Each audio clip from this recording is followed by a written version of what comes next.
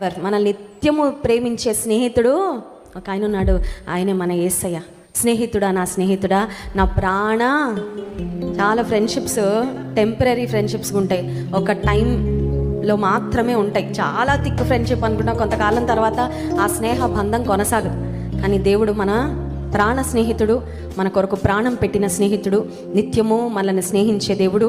తన స్నేహితుల కొరకు ప్రాణం పెట్టిన వానికంటే ఎక్కువైన ప్రేమ గలవారు ఎవరు లేరని వాక్యంలో వ్రాయబడినట్లుగా జరుగుతున్నది కల్తీ ప్రపంచంలోనే కదా. కొంతమంది మాట పెడుతూ ఉంటారు స్టేటస్గా, be careful with fake people, fake friends. చూసారండి, బాగా నమ్మిన స్నేహితులు నమ్మించి మోసం చేశాక కల్తీ మనుషులు ఉంటారు, జాగ్రత్త. బయటకు ఒకలా ఉంటారు, అంతరంగం ఎగ్జాక్ట్ ఆపోజిట్. నిజమైన స్నేహితుడు అంటే ట్రూలీ ఆర్ ఫ్రెండ్. ఆయన హృదయం నిండా మన మీద ప్రేమే, మనకు మేలు చేయాలని, మనల్ని ఆశీర్వదించాలని, మన అభివృద్ధిని చూసి ఆనందించే దేవుడు మన యేసయ్య. దేవుని నామానికి మహిమ కలుగును గాక. హల్లెలూయా.